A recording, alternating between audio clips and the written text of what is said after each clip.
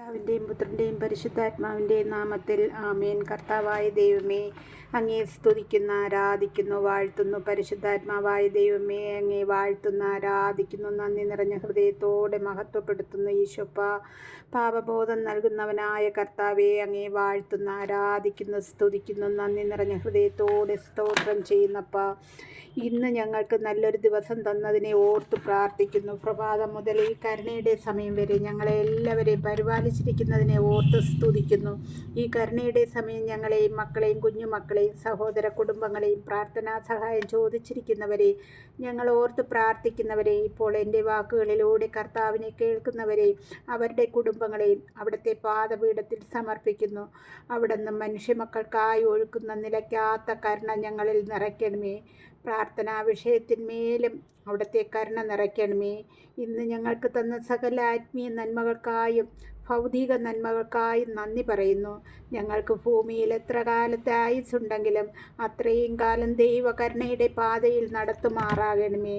ഇന്ന് പ്രാർത്ഥിച്ചു വചനമെടുത്തു. വിശുദ്ധ മത്തായി എഴുതിയ സുവിശേഷത്തിൽ നിന്നും 4-ാം അധ്യായം 1 മുതലുള്ള വാക്കുകൾ വായിച്ചു പ്രാർത്ഥിച്ചു. 1 മുതൽ 11-ാം വാക്യം വരെ യേശുനാഥനെ പിശാച് പരീക്ഷിക്കുന്നതാണ്. സർവത്തിൻ്റെ ഉറവിടമായ ദൈവത്തിൻ്റെ ഏകജാതനായ യേശു ക്രിസ്തുവിനെ പരീക്ഷിച്ച പിശാചിന് ബലഹീനരായ നമ്മെ പരീക്ഷിക്കുകയും അവൻ്റെ തന്ത്രത്തിൽ വീഴ്ത്തുകയും ചെയ്യുവാൻ അവന് കഴിയും. യേശു 40 ദിവസം ഉപവസിച്ച് അപ്പോൾ യേശുവിന് വിശന്നു. ആ സമയം സാത്താൻ ഈശോയെ സമീപിക്കുകയും, നീ ദൈവപുത്രനാണെങ്കിൽ ഈ കല്ലുകളെ അപ്പമാകാൻ പറയുക എന്നും പറയുന്നത്. അപ്പോൾ ഈശോ കൊടുത്ത മറുപടി, ക്രിസ്തുവിനെ അറിയുന്ന എല്ലാ മക്കൾക്കും അറിയാം അല്ലേ?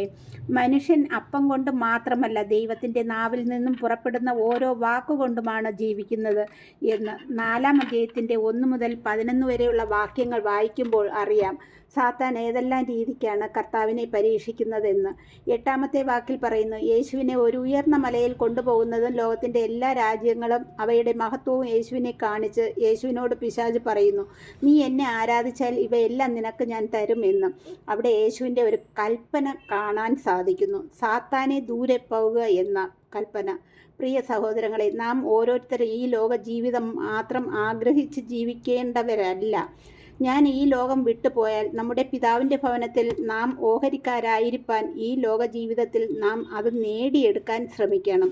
ഈശോ പറയുന്ന ദൈവത്തിൻ്റെ അധരത്തിൽ നിന്ന് വരുന്ന വാക്കുകൊണ്ട് ജീവിക്കണം എന്നാണ്. അതിനായി നാം പ്രാർത്ഥനയിലും വചനം വായിച്ചും ധ്യാനങ്ങൾ കേട്ടും പങ്കെടുത്തും ഒക്കെ വേണം യേശുവിൻ്റെ വചനം നമ്മുടെ ഹൃദയത്തിൽ പതിപ്പിക്കേണ്ടത്. അതിനായി ഈശോയുടെ പക്കൽ നമ്മെ ഓരോരുത്തരെയും സമർപ്പിക്കാം.